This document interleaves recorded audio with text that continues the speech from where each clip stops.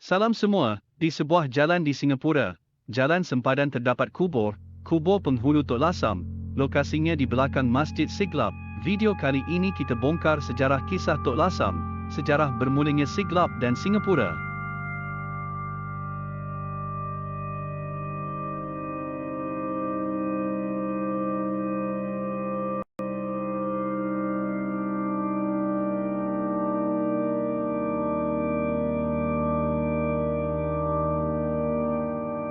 Tok Lasam beliau berasal dari Provinsi Goa di Sulawesi Kepulauan Makassar, seorang keturunan bangsawan dari Bugis.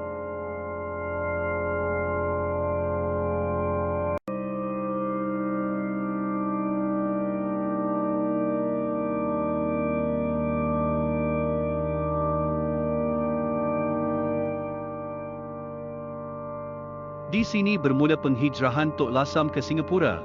Di Sulawesi waktu itu telah berlaku perang terhadap Belanda yang sangat hebat. Akhirnya Belanda menang dan menjajah seluruh Indonesia. Perlawanan terhadap Belanda terjadi di Sulawesi Selatan dari Kesultanan Goa.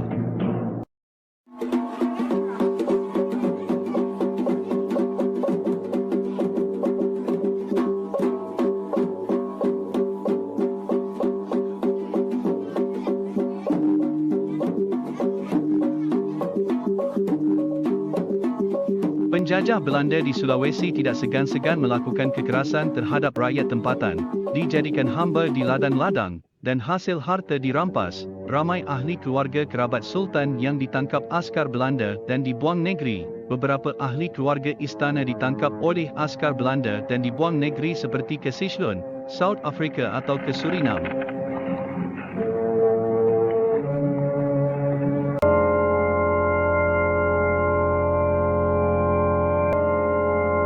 Ayahanda Tok Lasam, Sultan di Sulawesi waktu itu merancang menyelamatkan anak anda beliau, yang masih muda waktu, untuk meninggalkan Sulawesi, menyelamatkan diri dari Belanda dan berlindung ke Singapura, yang lebih aman, kerana terdapat sanak saudara yang dapat membantu. Di Pulau Singapura waktu itu sudah ramai kaum Bugis dan Singapura adalah lebih selamat. Untuk menyelamatkan puteranya, Sultan mengarahkan anaknya berhijrah ke Singapura waktu itu, yang jauh dari ancaman penjajah Belanda.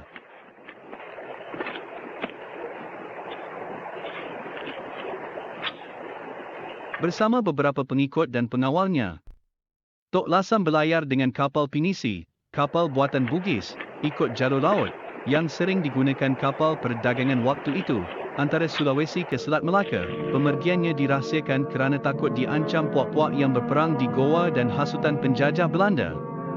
Tok Lasam telah dibawa keluar dari Goa, Sulawesi bersama segala kelengkapan dan beberapa pengikutnya.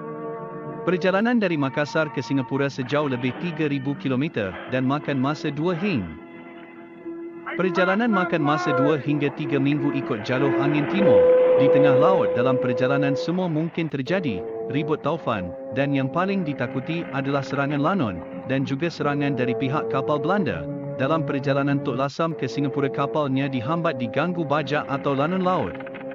Dan Tok Lasam dan para pengikutnya telah berjaya membebaskan diri. Sampai ke Singapura kapal beliau berlabur di Tanjung Ru kerana di sini airnya dalam dan sesuai untuk kapal sebesar penisi. Bila di Singapura pada awalnya, Tok Lasam menyamar diri, mereka hidup sebagai rakyat biasa demi menjaga keselamatan dan identiti mereka. Rombongan Tok Lasam telah singgah di beberapa kampung Bugis di Tanjung Ru dan Kampung Kalang, kerana terdapat ramai penduduknya adalah dari suku Bugis. Tok Lasam tidak lama di Kampung Kalang dan mengajak pengikutnya untuk mencari penempatan atau kampung baru. Waktu itu Kalang sangat sibuk, sudah banyak pemukiman, terutama orang laut, kampung Cina dan kumpulan pendagang dari India, dan peniaga dari Arab. Waktu itu Sungai Kalang dan Sungai Singapura adalah pusat perdagangan. Tok Lasam meneruskan perjalanan ke bahagian timur Singapura dengan pengawal dan pembantunya, di sebuah kawasan yang tanpa penduduk. Di suatu malam Tok Lasam menjejak kaki di kawasan pantai tidak dikenali, dan di malam itu terjadi bulan gerhana, pada tahun 1821. Malam itu memang sungguh gelap, tiada cahaya terang bulan ditambah lagi dengan pokok-pokok yang tebal, suasana menjadi terlalu gelap.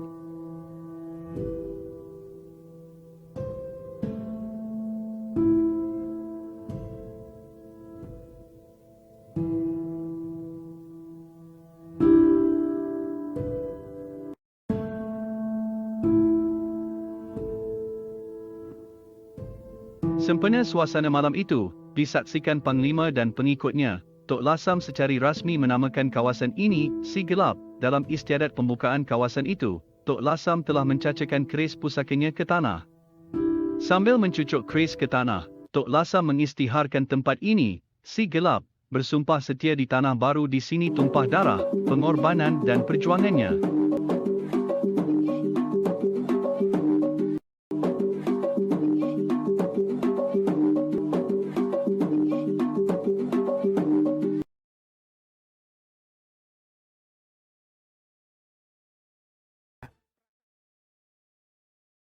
Nama asal Singapura adalah Pulau Ujong sebelum dinamakan Temasek. Nama Temasek bermaksud tempat yang bertasik-tasik. Sejarah Temasek sudah bermula sejak kurun 13 dan pada tahun 1300 dibuka oleh Sang Nila Utama. Sejarah Singapura sudah bermula jauh sebelum Raffles tiba dan menjajah Singapura pada 1819. Sebelum kedatangan Raffles, Singapura sudah bertamadun dan adalah sebuah pusat perdagangan, sibuk dengan kapal dagang dari berbagai negara. Terdapat kampung-kampung di Singapura yang sudah wujud lama sebelum kedatangan British. Selain dari orang laut, para penduduk di Singapura termasuk golongan orang diraja, orang kenamaan, orang Jawa, kaum Boyan, Minang, orang Bugis, dan orang Melayu dari Kepulauan Riau. Arab dan Cina juga ada di sini. Tidak seperti catatan British yang mengatakan Singapura sebagai sebuah pulau nelayan yang mundur, penduduknya berbudaya rendah dan tidak tersusun, bak tempat setinggan. Catatan sejarah juga mencatat Singapura pada zaman pemerintahan Kesultanan Melaka sebagai pangkalan laut utama yang mengawal perairan selatan. Kedudukan Singapura pernah bertukar tangan di bawah Empire Sriwijaya, Majapahit. Kemudian diambil alih Sultan Melaka dan akhirnya di bawah Sultan Johor, sebelum dijajah British pada 1819.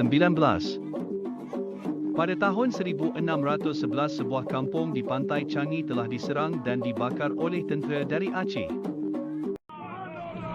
Pada catatan sejarah Melayu, sejak kurun 15 Singapura adalah pangkalan kapal-kapal Kesultanan Melaka, berlabur di Tanah Merah, Sungai Bedok dan di Tanjung Ru. Dan pernah terjadi perang di laut di Changi Point antara kapal Aceh, Portugis dan kapal Sultan-Sultan Tanah Melayu.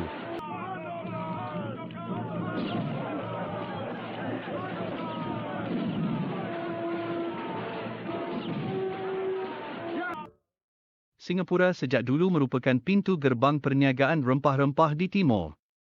Siapa yang berkuasa di Singapura akan mendapat hasil yang lumayan. Penjajah British tidak mensia-siakan kesempatan ini. Raffles fasih berbahasa Melayu dan pandai baca tulisan Jawi dan membuat kajian dari kitab-kitab Melayu lama.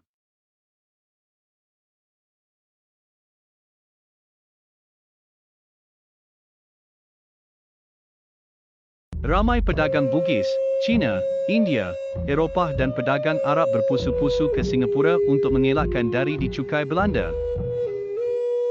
Bila Raffles mula mengambil alih Singapura, dia dapati banyak masalah yang perlu diatasi, dari masalah sosial, keamanan ekonomi dan yang penting bagi Raffles adalah menghapuskan masalah lanon. Waktu itu lanon berkeliaran di perairan laut Singapura bebas merompak mengancam perdagangan kapal-kapal di Singapura. Dengan banyaknya kapal dagang, maka bertambahlah serangan lanon. Kapal-kapal berlayar dalam ketakutan serangan lanon. Ketakutan ini menjejas bisnes peniaga di Singapura. Kapal-kapal dari China Eropah, kapal-kapal Bugis pun takut ke Singapura.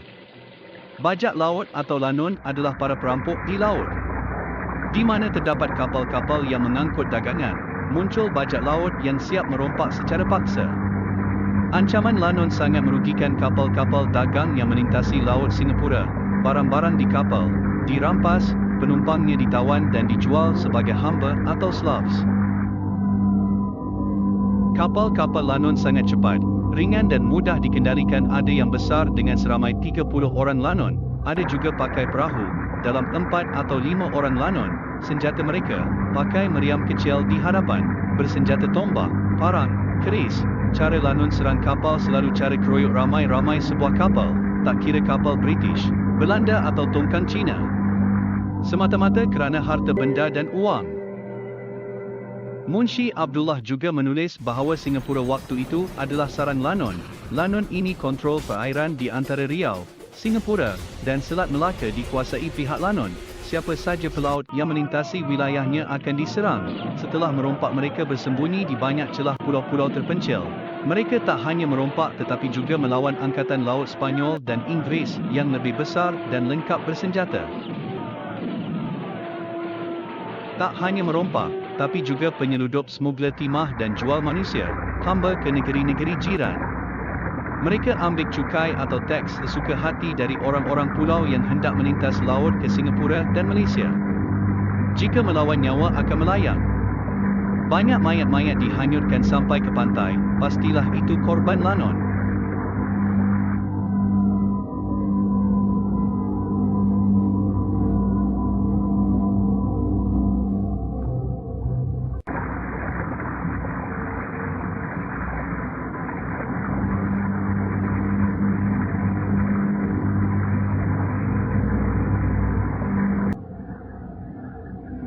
Untuk mengawal laut Singapura dari Lanon, pihak British telah sediakan deploy hampir 7 kapal peronda atau gunships untuk jaga keamanan di laut. Dengan kekuatan Inggeris pun, Lanon tetap menjadi-jadi.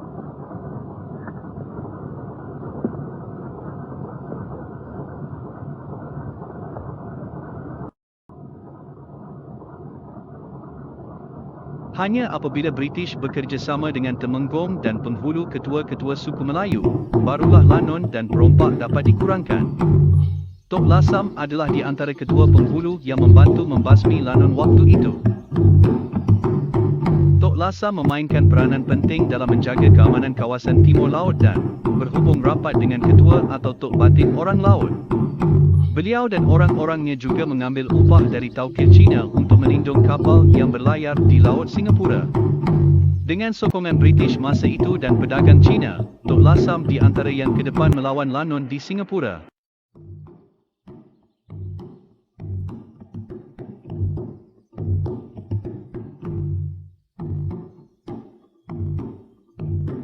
Bila merompak, tak ada yang selamat, nyawa melayang dan kapal dibakar, perahu-perahu tambang, macam taksi laut, yang antar penumpang juga dirompak. Banyak berlaku kisah-kisah cerita Lanon yang ganas dan kejam.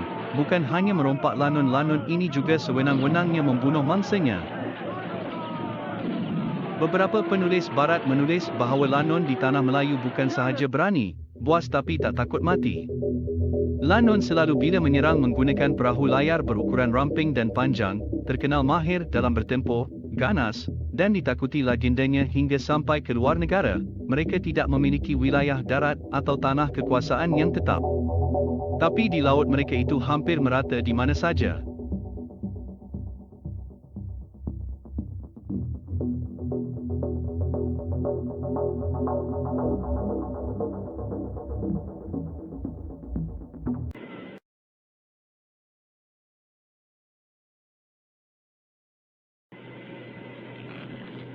Penulis sejarah Munshi Abdullah dalam catatannya telah menulis di pantai laut Singapura zaman itu berserak dengan ratusan tengkorak tulang-tulang manusia terdampar di pantai. Mereka adalah mangsa-mangsa Lanon yang telah membunuh dan mencampakkan mayat-mayat ke laut.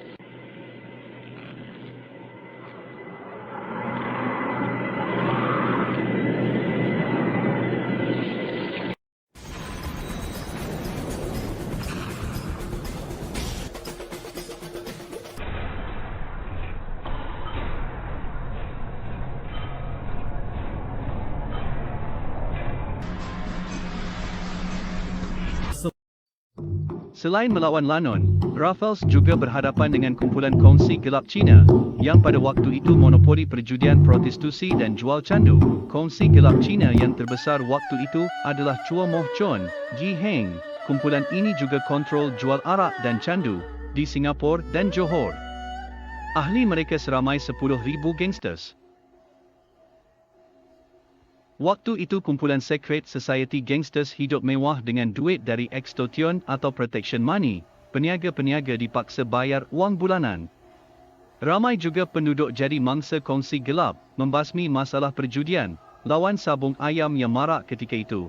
Oleh kaum Cina dan Melayu waktu itu, banyak rumah perjudian dipaksa tutup dan sabung ayam diharamkan. penjual candu, jual beli hamba abdi, juga Pada dilarang. awalnya Raffles berhasrat membasmi candu, tapi selepas beliau meninggal, pengantinnya meneruskan mengutip cukai dari perniagaan candu atau opium. Hasilnya sangat tinggi untuk penjajah British. Imigran dari China yang bekerja sebagai buruh atau kuli dikatakan ketagir dengan candu, dan candu ini dapat membuatkan mereka kurang letih semasa bekerja, dan juga sebagai ubat tahan sakit. Penjualan dan edarnya candu dikontrol kongsi-kongsi gelap. Menjelang tahun 1930, 1/4 dari orang Cina dewasa di Singapura ketagir dengan candu. Candu telah diharamkan pada tahun 1946 selepas kedatangan Jepun. Masalah merebaknya kegunaan candu merupakan titik sejarah hitam di Singapura. Pasukan polis waktu itu sangat kecil, terdiri dari polis Melayu dan mereka mudah disuap kongsi gelap atau toke oka Cina. Korupsi dan rasuah juga berleluasa. Para peniaga terpaksa pasang jaga atau night watchman untuk keselamatan.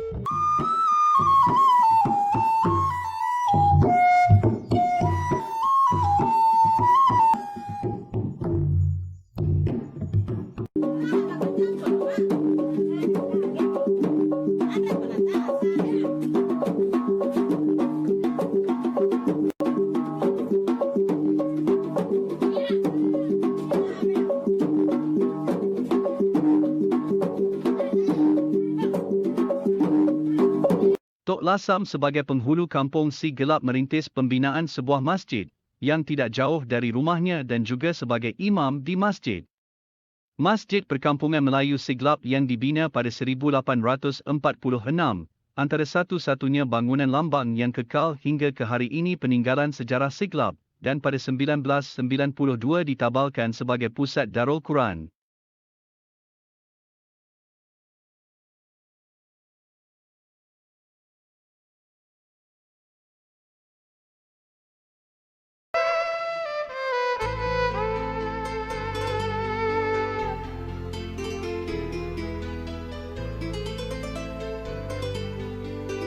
Siglap banyak sejarah dan peristiwa yang menarik. Di sini terdapat kubur-kubur lama.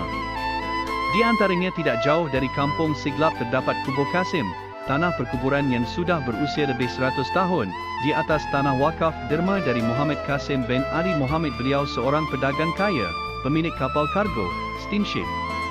Dengan pintu gerbang berwarna kuning dan berbentuk India Mughal dan seni klasik Eropah.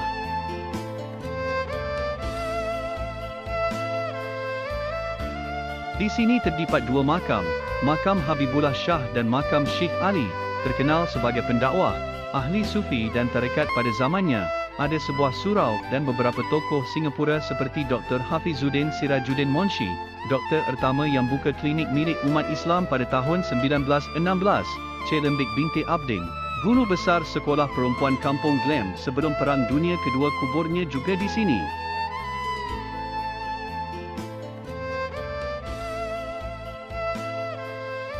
Tapi yang selalu jadi sorotan dan jadi cerita popular di kalangan penduduk adalah kubur Kasim. Tempat ini juga menjadi kubur orang Bunian.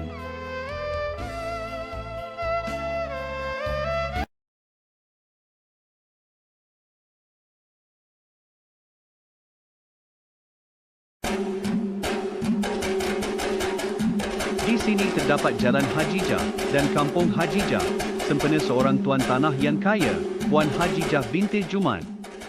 Pada awal kurun ke-20, terkenal sebagai dermawan, membuka masjid di Kampung Siglap dan banyak menyumbang kepada penduduk Kampung Siglap. Terdapat sebuah kampung bernama Kampung Hajijah dan Masjid Hajijah. Masjid ini dibina pada awal 1900 dan dirobohkan pada 1980, dibina dengan gotong royong penduduk waktu itu. Allahyarhamah Puan Hajijah juga banyak membantu orang kampung untuk guna pinggan mangkuk, periuk belanga untuk apa-apa majlis. Perigi yang digali dikatakan airnya sangat jernih dan bersih, dan tidak pernah kering walaupun di musim kemarau. Kampung Hajijah, penduduknya bercampur kaum Melayu dan Cina.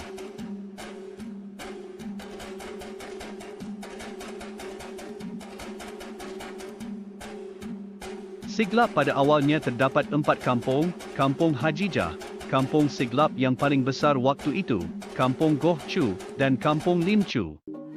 Kawasan Siglap waktu itu lebih ramai kelompok Melayu berbanding dengan Kalang atau Kampung Gelam, yang penduduknya berbilang etnis, Melayu, Arab, India, Cina dan suku laut.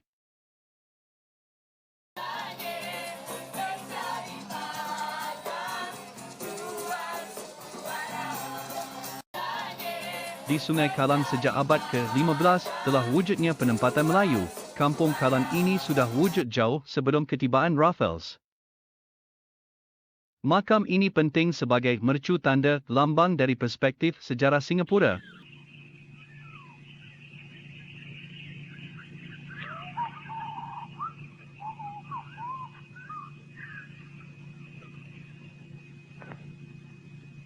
Di Sungai Kalang terdapat beberapa makam yang berusia lebih 200 tahun, yang termasyhur di antaranya, makam Siti Mariam, wafat pada tahun 1852, makam keluarga Syed Abu Bakar Al-Idrus dan juga makam keluarga Al-Qadri. Beliau meninggal pada tahun 1945. Terdapat juga makam Panglima Tok Putih dan Panglima Tok Hitam, juga makam Mak Engku Kalang.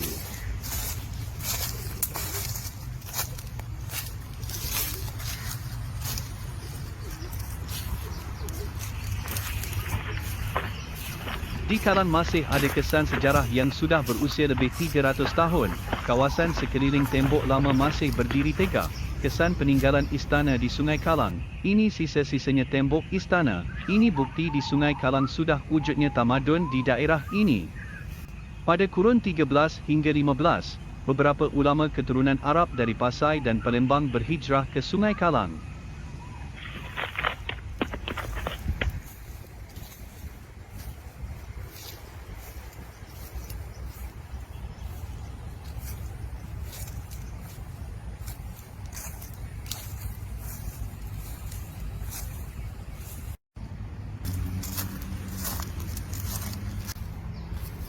Antara panglima-panglima yang berpengaruh ialah Panglima Harimau Hitam atau Daing Abu Bakar, Panglima Putih, Syed Abdul Rahman dan Panglima Hitam, Syed Abdullah.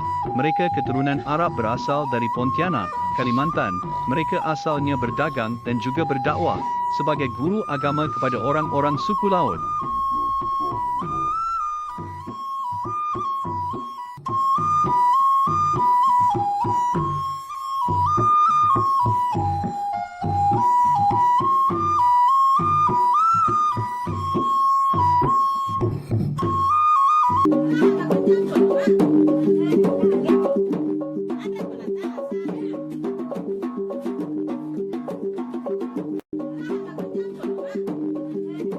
Waktu itu alam flora dan suasana persekitaran Kalang dan Siglap jauh berbeza. Kalang pantainya lebih berlumpur, banyak pokok bakau, mangrove dan sibuk. Ramai suku orang laut tinggal di muara Sungai Kalang. Sebaliknya, di Siglap, pantainya putih bersih, airnya jernih, indah dengan pokok-pokok kelapa, dan masih belum ramai penduduk. Waktu itu Sungai Kalang dan Sungai Singapura adalah pusat perdagangan. Hari-hari mencari makan jual suara.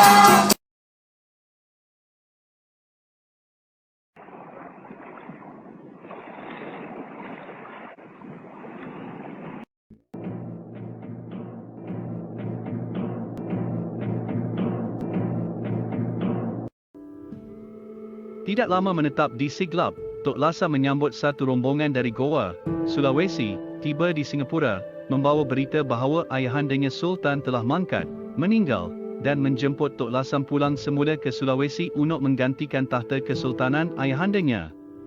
Utusan itu menceritakan keadaan politik di Goa yang diancam peperangan saudara kerana suku Boni hendak menyerang mereka. Sebelum berangkat pulang, utusan Bugis itu telah menyerahkan sebilah tombak Bugis kepada Tok Lasam. Sebagai simbol, tanda bukti bahawa rombongan itu telah menghadap Tok Lasam di Singapura. Semenjak beliau menjejak di Singapura, Tok Lasam tidak pernah sekalipun pulang ke tanah airnya, Sulawesi. Beliau menetap di tanah Melayu hingga ke akhir hayatnya. Tok Lasam keberatan untuk pulang ke tanah airnya di Sulawesi, kerana dia masih diperlukan dan masih banyak yang harus dilakukan di Kampung Siglap. Sebaliknya Tok Lasam sarankan, takhta ayahandanya diserahkan kepada adik kembarnya. dan minta utusan dari Sulawesi itu supaya kehadirannya di Singapura dirahsiakan, agar beliau tidak akan dikesan lagi pada masa hadapan. Tok Lasam meninggal pada hujung abad ke-18, di hari kemangkatan beliau. Mengikut kisah, mayat yang dikapan dengan kain putih, bertukar menjadi warna kuning, semua tergempar waktu itu, dan mereka anggap Tok Lasam seorang sosok yang istimewa dan, sebagai tanda keramat, dan derajat beliau sebagai keturunan diraja. Tok Lasam pulang ke Rahmatullah pada hujung abad ke-18, dan disemadikan di Jalan Sempadan, Kampung Siglap. Sekarang hanya 3 kubur yang tinggal, kubur penghulu Tok Lasam, kubur isteri dan anak beliau, dan kubur Panglima Tok Lasam yang paling setia. Kawasan ini pada asalnya adalah tanah perkuburan yang besar, dengan hampir 4,000 kubur, tapi yang tinggal sekarang hanya 3 kubur. Yang lainnya sudah dibongkar dan pindah ke tanah perkuburan Choa Chu Kang. Di atas permintaan beberapa pemimpin masyarakat, dan orang awam waktu itu, kubur Tok Lasam tidak dibongkar dan tidak dialihkan, bersemayam di tempat asalnya.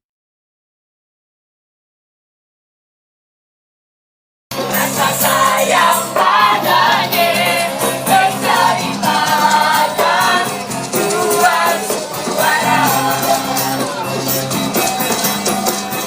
Tangan beramai-ramai, tangan beramai-ramai, apabila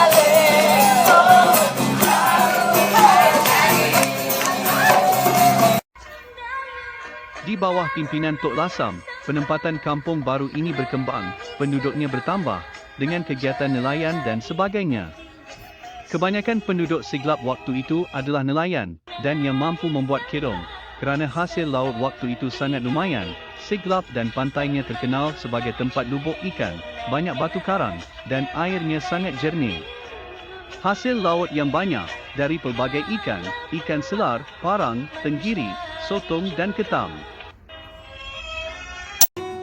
Di Tanjung Katung, airnya biru, isiku tempatnya. Perairan di sekelilingnya lautnya tenang, dan jarang ada ombak-ombak besar. Perairan di sekitar kampung Siglap banyak didirikan kelong yang besar dan kegiatan penangkapan ikan semakin rancak. Seperti Tok Lasam, Abraham Frankel pada tahun 1912 juga tertarik dengan keindahan Siglap dan pesisir pantainya. Deretan pokok kelapa, lautnya jernih, pasirnya berkilauan bak putih mutiara, membuat pengunjung terpesona. Ikut catatan sejarah, bila Sang Nila Utama pertama kali jejak kaki ke sini, beliau amat tertarik dengan pasir putih, laut yang bening jernih, seperti kain putih, dan kajian arkeologi mendapati, memang benar terdapat pasir putih di pantai Singapura, sepanjang pantai hingga ke Kampung Gelam. Kemungkinan Tok Lasam, dan siapa saja, akan tertarik dengan keindahan Singapura waktu itu.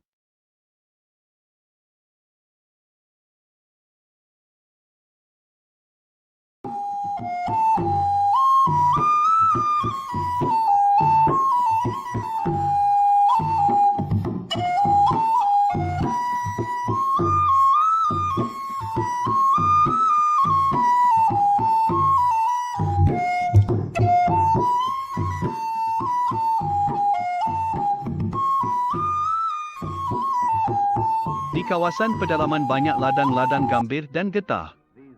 Ini diteroka peladang gambir Cina, khususnya suku Teochew, dan peladang kelapa Melayu dan Bugis, kebanyakannya di bahagian pantai timur Singapura. Kawasan Siglap dulu subur dengan pokok gambir, kelapa dan buah pala. Ladang-ladang ini pada tahun 1912 telah dibeli oleh keluarga Yahudi yang kaya, Abraham Frankel, yang berasal dari Eropah. Beliau memilih untuk menetap di Singapura.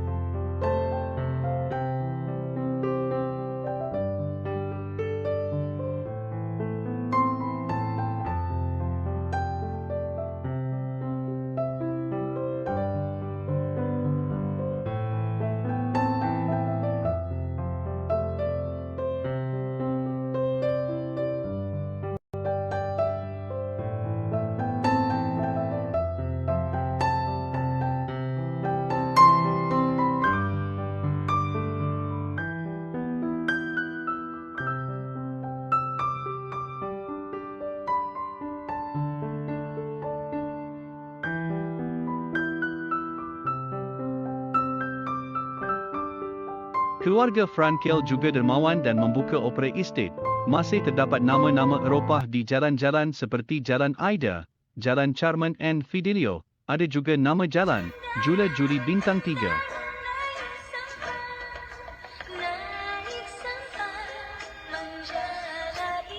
Di Katong berkembang budaya peranakan yang unik. Masih bertahan budaya peranakan dengan deretan rumah kedai-kedai dengan bentuk style peranakan lama. Katong tempat jelajah sejarah, budaya, dan masakan peranakan, menggambarkan budaya peranakan baba dan nyonya tradisional Singapura. Nyonya atau gadisnya dengan pakaian kebaya yang berwarna-warni, baju panjang dan batik sarung dan kerongsang. Kaum peranakan telah lama wujud di sini, bermula sejak pada kurun ke-15, apabila Laksamana Cheng Ho, seorang Cina Muslim melawat Melaka. Pada 1459, dengan kisah Puteri Cina, Pang Lipo, dengan penyesuaian dan gabungan budaya, bahasa dan masakan antara Cina dan Melayu, maka kita lihat peranakan Ang pandai berpantun dan makan sambal belacan. Kawasan yang dulunya adalah kebun kelapa dan nelayan kini bertukar wajah menjadi pusat kaum peranakan baba dan nyonya. Kaum baba dan nyonya juga banyak terdapat di negeri Melaka, Pulau Pinang dan Phuket, Thailand.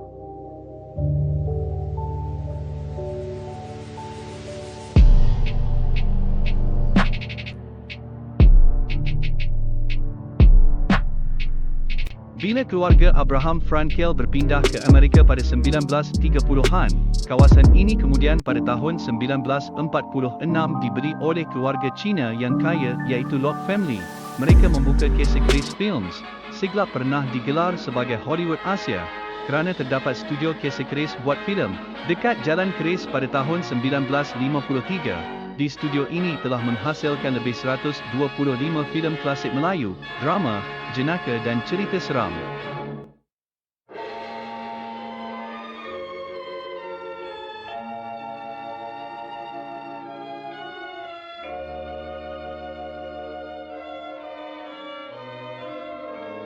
Filem Melayu klasik, Pontianak, yang sangat popular pada tahun 1957 difilmkan di Siglap, di studio Casey Chris.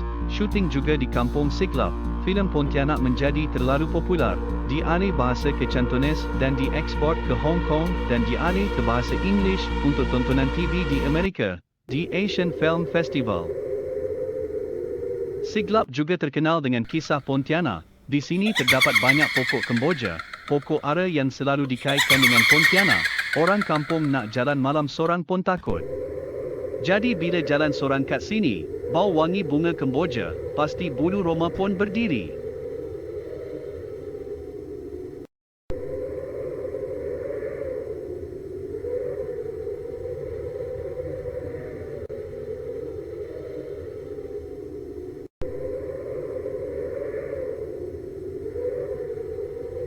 Studio Casey Chris pada tahun 1973 akhirnya terpaksa ditutup kerana tidak tahan persaingan dari televisyen.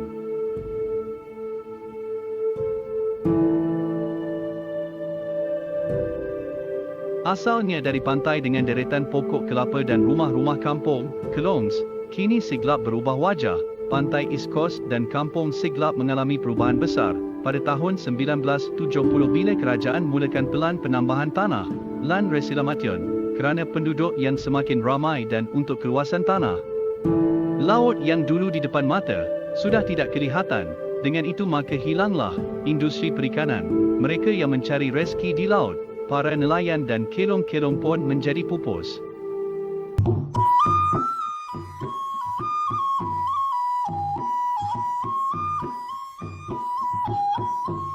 Sekarang di Siglap kebanyakan rumahnya, kondominium, rumah teres, banglo, penduduk di sini kebanyakannya status elit, berpendapatan tinggi, menengah atau lebih atas. Tidak seperti di kebanyakan tempat di Singapura, rumahnya adalah flat HDB. Presiden pertama Singapura Yusof bin Ishak juga pernah tinggal di Siglap.